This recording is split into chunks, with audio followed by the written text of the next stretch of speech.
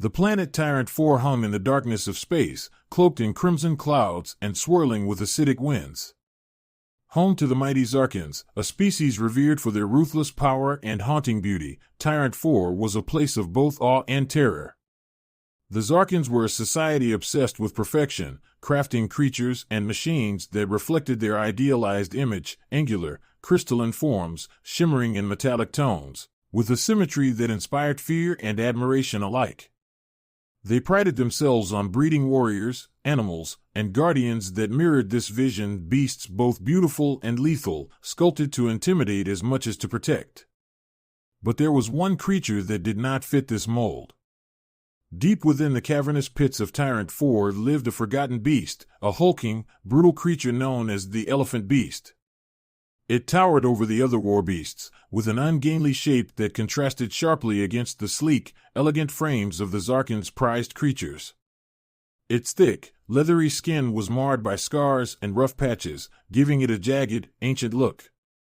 Its tusks jutted out wildly, asymmetrical and chipped, and its eyes, deep-set and gleaming in a strange crimson hue, were strikingly intense but hardly beautiful by Zarkan standards. To the Zarkans, beauty and form were everything, and so this creature, with its brutish features, was something to hide rather than to showcase. Once, the beast had been trained to fight, groomed to be a weapon, if only reluctantly. When it was a youngling, the Zarkans had recognized its potential. It had endurance, a resistance to pain, and a primal intelligence. But as it grew, it became clear that no amount of training could hide its ugliness. Its clumsy gait, its disproportionate form, everything about it was wrong. Eventually, it was left to languish in a dark, damp cavern, away from the sight of Tyrant 4's inhabitants, who found its appearance unbearable. Despite its harsh treatment, the beast watched its kind from the shadows. Its cavern lay near the outskirts of the Zarkonian city, and it could see, in glimpses, the life it was denied. On festival days, when the Zarkans paraded their finest beasts, the elephant beast would lumber to the edge of its cave and watch. It would see the bright lights of the festivities, hear the triumphant roars of creatures that were once its kin. It remembered the festivals it had been part of long ago, before it was cast aside. In those days, its trainers would shout commands, guiding it through drills to showcase its strength and resilience. But no matter how hard it fought, no matter how strong it became, it could not change its appearance. On one such festival night, the beast crept out from its cave a bit closer than usual, just to catch a glimpse of the glittering beasts in the square. It watched as the Zarkonians cheered, marveling at the shining scales, jeweled horns, and polished tusks of creatures groomed to perfection. In that moment, the beast felt a pang of sadness, a deep yearning for a life it would never have. It turned away, its heavy tusks drooping, as it lumbered back into the darkness of its cavern. Yet, as it returned to its solitude, it felt something else, a quiet, simmering rage. It was an anger buried under years of neglect, an anger that it barely understood but could no longer ignore.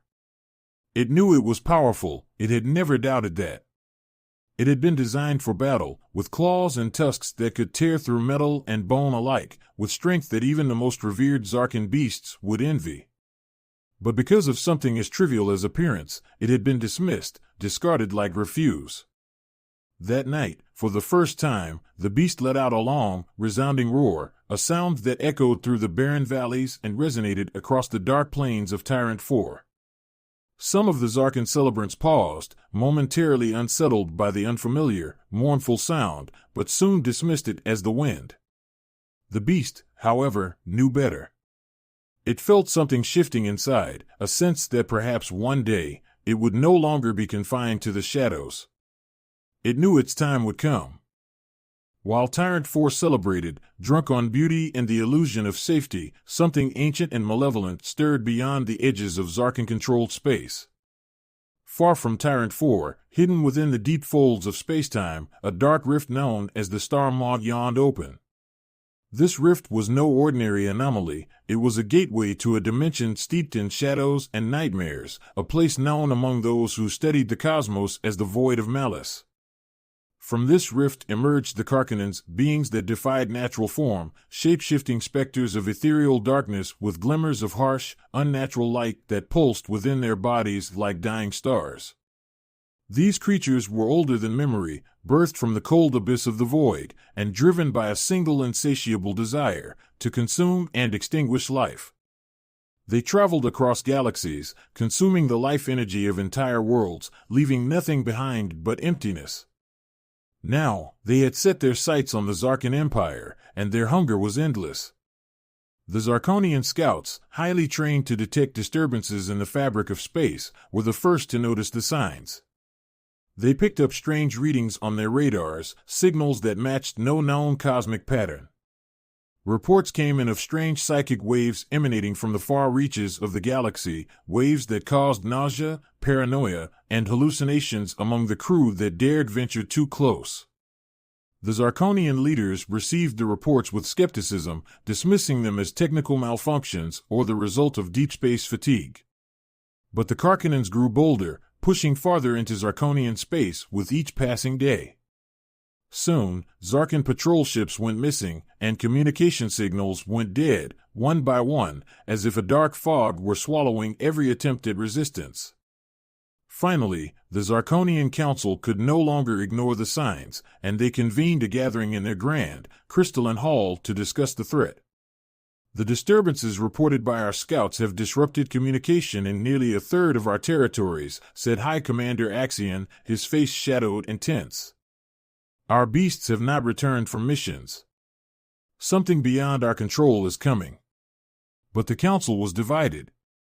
Zarkonian society was based on strength, beauty, and superiority. To them, anything that threatened their vision of a perfect world was inconceivable. Many of them, cloaked in arrogance, refused to believe that anything could stand against their engineered beasts and flawless defenses. These shadows, if they are even real, will crumble before our beasts, sneered Lord Zephyr, an elder counselor whose crystalline robes glittered as he spoke. Our beasts are crafted for battle, bred to perfection. They will tear these intruders apart. But the High Commander was unconvinced. He had read the reports, seen the fear in his scouts' eyes as they described the horrors of the void. The Karkanans are not creatures of flesh and bone, Lord Zephyr. They are made of psychic energy and malice. They do not fear or bleed. I am not certain our creatures, for all their beauty, can resist such terror. Still, the council refused to relent. They deployed their finest beasts, sleek, radiant creatures with armored hides and polished tusks, beasts trained to handle any foe. But when the first wave of Zarkonian defenses met the Karkanans, the battle was nothing short of disastrous. The creatures that the Zarkans had so carefully crafted, beasts that were bred for symmetry and poise, froze when faced with the mind-rending horror of the Karkanans' psychic attack. These specters reached into the minds of the Zarkonian creatures, weaving nightmares and phantasms, reducing them to cowering shells. One by one, the creatures turned and fled, unable to resist the pure malice radiating from the Karkanans. Panic swept the Tyrant Four as word of the failed defense spread. The Zarkonian Council convened once more, but this time, fear clouded their arrogant faces. Their best beasts had failed, and the Karkanans were advancing, their relentless whispers reaching the edges of the Zarkonian city. There was talk of evacuation, of surrendered concepts that the proud Zarkans could barely comprehend. Then, as the council argued over their remaining options, a chilling silence fell upon the room. The High Commander, silent until that moment, spoke in a voice that echoed through the hall, a voice that held the weight of desperation. "There is one more creature we have yet to consider," he said slowly, his gaze shifting toward the dark outskirts of the city, where the beast lay hidden in its lonely cavern. The council recoiled, murmurs of disgust and horror filling the room. "The elephant beast? That abomination?" spat Lord Zephyr. "Have we fallen so low that we would resort to using that thing? The other beasts are too fragile, too susceptible to the Karkanan psychic terror," the High Commander replied, his tone resolute. "But the elephant beast? It was always resilient, impervious to pain. Its mind was never easy to control. The council looked at one another, a silent horror passing through the room. The elephant beast had been abandoned precisely because it did not fit their standards of beauty. It was strong, yes, but crude, a creature of raw brutality rather than elegance. To unleash it would be to admit that they had misjudged, that perhaps they had been too focused on aesthetics and not enough on survival. But the Karkanans grew closer with each passing hour, their spectral forms looming in the skies, casting shadows over the once vibrant landscape of Tyrant 4. Faced with annihilation, the council saw little choice. Reluctantly, they gave the command to release the beast. From the depths of its dark, damp cavern, the beast was roused. Its keepers, pale with fear, unchained it, barely able to hide their disgust as they prodded it forward. The beast, unused to such attention, blinked at the harsh lights, its scarred skin glistening under the fiery sky. It sensed the tension in the air, the urgency, and for the first time in its life, it felt something close to purpose. As it lumbered toward the city center, where the Karkanan's shadows were beginning to fall, a hush settled over the crowd. Zarkans who had once mocked the beast, who had whispered about its ugliness and cheered for its banishment, now watched in silence. The beast's eyes, deep and fiery, scanned the crowd.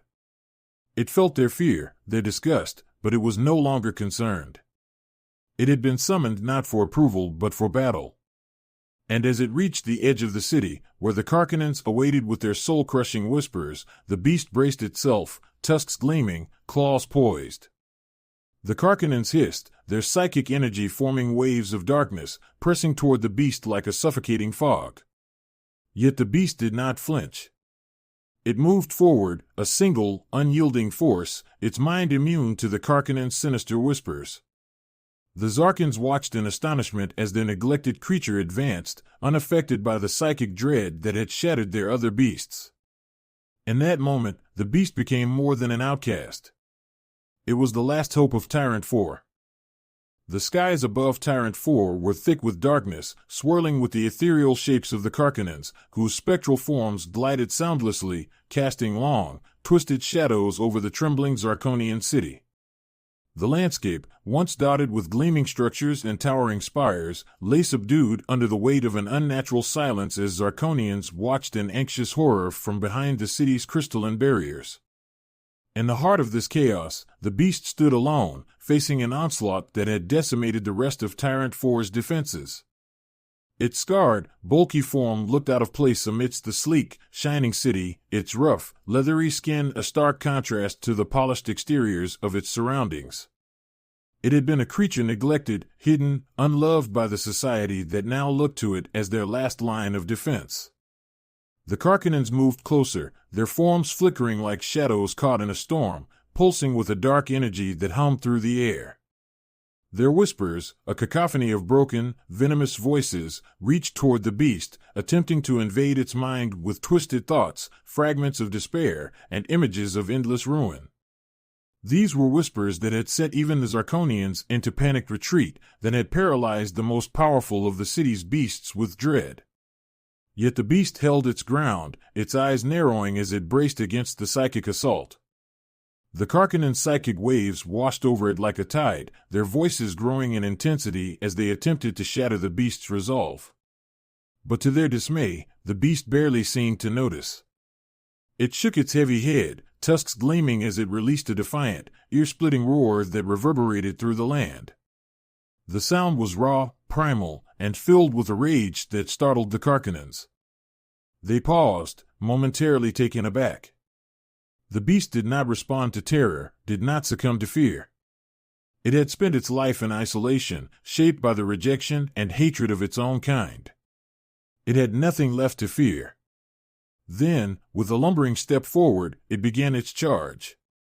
The Karkanans hissed in unison, their bodies swirling together like a dark mist, forming a massive wave of shadow. But the beast plowed into them with the full force of its bulk, swinging its massive tusks and clawed feet with brutal, unstoppable strength. Each swing of its tusks sliced through the spectral forms, tearing into their ethereal bodies. The Karkanans shrieked, surprised to feel pain, a sensation they had long forgotten. The battle became a frenzied dance of rage and shadows, the beasts tearing into the swarm of Karkanans as they hissed and screamed, their forms splitting, reforming, and crumbling under the beasts' relentless blows. The psychic whispers filled the air, attempting to paralyze it with visions of despair, but the beast's mind remained impenetrable, as if fortified by its years of solitude and rejection. Watching from behind the protective barriers, the Zarkonian Council stood in stunned silence. Lord Zephyr, once so quick to deride the beast's ugliness, looked on in awe, his arrogance replaced with a grudging respect. High Commander Axion, who had argued for the beast's release, wore a grim smile of satisfaction. The elephant beast. It fights like nothing we've seen, murmured Zephyr, his voice barely above a whisper. It doesn't fear them. That is because it has known fear far deeper than anything the Karkanans could impose, replied the High Commander, his gaze fixed on the battle. All its life, it was unwanted, abandoned. And yet it survived. That resilience is its greatest strength. As the battle raged, the beast continued to press forward, smashing through the waves of Karkanans, its roars echoing across the landscape. In the midst of its fury, it realized that this was what it had been born to do. It was not a creature of beauty, nor one of elegance. It was raw power, unleashed in its purest form, a being designed to endure and to conquer. It felt a deep, primal satisfaction, the thrill of battle, as it carved a path through the creatures that had dared to invade its world. Then, from within the ranks of the Karkanans, emerged a towering figure, one unlike any the beast had faced. This creature, known as the Wraith Lord, was the oldest and strongest of the Karkanans, a creature whose psychic energy pulsed like the beat of a dark heart. Its form was a swirling mass of shadows, vaguely humanoid, with eyes that gleamed like two dark stars, radiating an ancient malice. The Wraith Lord spoke, its voice a low, haunting whisper that reverberated through the minds of every being on Tyrant 4. Creature of scars and shadows, it intoned, its voice layered with 1,000 voices, each one colder and darker than the last. You are nothing but a failed experiment, a cast-off, discarded by your own kind. You fight for those who despise you. Why do you resist? But the beast did not respond. Instead, it fixed its fiery eyes on the Wraith Lord, a fierce determination blazing within them. The Wraith Lord's words, meant to sow doubt, only fueled the beast's anger. It had been cast off, yes, but in this moment, it was free.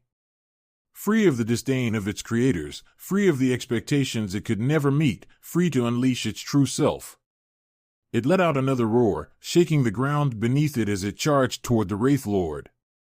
The Wraith Lord unleashed a wave of dark energy, a searing, psychic blast that shook the air around them. The beast staggered but held its ground, its thick skin deflecting the brunt of the attack. It pushed forward, its tusks aimed straight at the Wraith Lord, and with a final, brutal lunge, it slammed into the dark figure. The impact tore through the Wraith Lord's form, shattering it into fragments of shadow that dissipated into the air, vanquished by the beast's relentless power. The other Karkanans, witnessing the fall of their leader, shrieked in terror, their forms wavering and retreating. With their leader destroyed, the psychic energy binding them weakened, and they began to disintegrate, fading back into the ether from which they had come. When the last of the Karkanans had dissolved into nothingness, the beast stood alone on the battlefield, its body heaving from exhaustion, its tusks and claws coated with a faint, shimmering residue from the spectral creatures. Silence fell over Tyrant 4 as the Zarkonians watched in awe. The beast, once hidden in the shadows, had saved them all. In the aftermath, the Zarkonian Council emerged from their barriers, their faces pale and their pride shattered. They approached the beast with a mix of reverence and guilt, fully aware of the irony that the creature they had cast aside had saved their world. Lord Zephyr, the loudest voice in the council's disdain, stepped forward, his gaze lowered as he spoke. Beast. We were wrong to judge you, he said, his voice barely above a whisper. You have saved us. We owe you our lives. But the beast did not respond. It merely stood, gazing at the Zarkonians with a mixture of weariness and indifference. It had fought not for their approval but for itself, for its own sense of purpose. It turned away from the council, moving back toward the wilderness, its place of solitude, leaving the Zarkonians to confront their own failings. As it disappeared into the shadows, the High Commander watched it go, a deep respect etched into his face. "Perhaps," he murmured, "beauty is not in what we see, but in what we are willing to endure." And with that, the Zarkonians were left to rebuild, forever changed by the brutal creature they had once despised, a beast whose scars and resilience had saved them all. In the days following the Karkanan invasion, Tyrant 4 stood in an eerie, contemplative silence.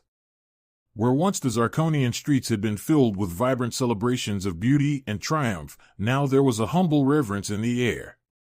The alien inhabitants moved with quiet gratitude, reflecting on the scars their world had been left with and on the one who had saved them. News of the elephant beast's victory traveled quickly across Tyrant 4, spreading through the Zarkonian cities and even reaching outposts in the galaxy's far reaches.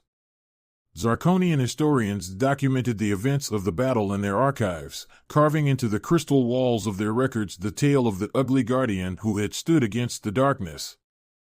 Statues were commissioned, though their artists struggled to capture the beast's form without the beauty that typically defined their creations. Some even visited the wilderness, hoping to catch a glimpse of their reluctant hero, hoping to understand what made it so resilient, so powerful.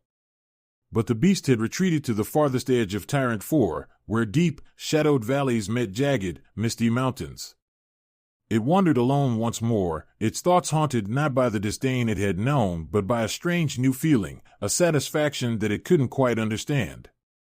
For the first time, it had unleashed its full strength, freed from chains, judgments, and mockery, and it had protected the very world that had rejected it. Despite the honors, the statues, and the tales, the Zarkonian Council was left with an undeniable, unsettling guilt. They had failed to see the beast's value, so blinded by their obsession with appearances that they had ignored its true worth. At a gathering in the Central Council Hall, High Commander Axion spoke in a somber tone that none had heard from him before. "We were wrong, gravely so," he said, addressing the council members and the assembled Zarkonian citizens. "We let our love for beauty blind us to strength, to resilience, and to loyalty. We must honor the beast not only as our savior but as a lesson. No more will we dismiss a creature based on appearance alone." To reflect this change, the Zarkonians transformed the city's central plaza, renaming it the Square of Resilience. In its center, they constructed a sanctuary for the beast, should it ever choose to return. A wide expanse of crystal-clear waters, thick trees, and lush vegetation grew around it, a place of peace for their reluctant hero. Statues of sleek, perfect creatures were replaced by sculptures of gnarled rock and uneven shapes that symbolized endurance, resilience, and the rugged beauty of survival. But despite these gestures, the beast did not return to the city. It roamed the valleys and peaks, visiting the battlefields where faint echoes of the Karkanan still lingered, testing its strength against the harsh elements, and finding solace in its solitude. Occasionally, Zarkonian pilgrims traveled to the wild lands to pay their respects. Some brought gifts of polished stones, rough in texture, symbolizing the lessons learned. Others merely observed from afar, leaving offerings of food and watching as the beast moved like a shadow through the dense forests. One day, however, as the season of festivals approached, High Commander Axion made a solitary pilgrimage to the beast's wilderness domain. He walked alone, unguarded, a stark contrast to his usual retinue of perfectly groomed beasts and polished armor. He found the beast standing atop a cliff, gazing out over Tyrant 4's vast plains, a silent guardian watching over the land it had saved. The High Commander approached slowly, his hands open and empty as he spoke. "Beast," he called softly, "I know you owe us nothing. You fought for your own reasons, and I cannot repay what you did for us. But I ask, as a leader who once failed you, will you allow us to learn from you? Will you join us at the Square of Resilience, where we can share your story with our younglings? Let them see what true strength looks like." The beast turned, its fierce crimson eyes settling on Axion with a calm intensity. It did not respond, as it had no words, no gestures of agreement. But in the depths of its gaze, Axion sensed a flicker of something close to understanding, perhaps even forgiveness. And so, when the time of the festival arrived, the Zarkonians gathered once again in their square, this time not in celebration of beauty but in recognition of resilience. Instead of parading their glittering beasts, they told stories of struggle and survival. The younglings sat at the feet of storytellers, wide-eyed, as they listened to the tale of the elephant beast, the ugly guardian who had saved them all. Then, as the festival reached its peak, a heavy silence fell over the crowd as a shadow emerged from the edge of the square. The beast had returned, lumbering slowly, its great form seeming to absorb the light around it. The crowd parted, making way for the creature, many of them holding their breath as it moved to the center of the square of resilience, where it finally lay down, its eyes calm, its body relaxed. There, surrounded by the Zarkonians who had once shunned it, the beast found a rare moment of peace. In its heart, a sense of belonging began to take root, a slow realization that it had finally found its place in a world that had once abandoned it. And the Zarkonians, in turn, felt a profound sense of unity with the creature they had once rejected. They marveled not at its beauty but at its strength, the quiet, enduring strength that had saved them all. As night fell and the stars began to shimmer above Tyrant 4, the Zarkonians and the beast sat together in silence, looking out over their world, a world now wiser and more humble. And the tale of the ugly guardian would live on, passed down through generations as a reminder that true power lies not in beauty, but in resilience, in the courage to stand alone when all others have fled, and in the strength to protect even those who cannot see one's worth. For the beast, the outcast, had become the heart of their legends, a symbol of the beauty found within the scars of survival, and it was exactly as it was meant to be.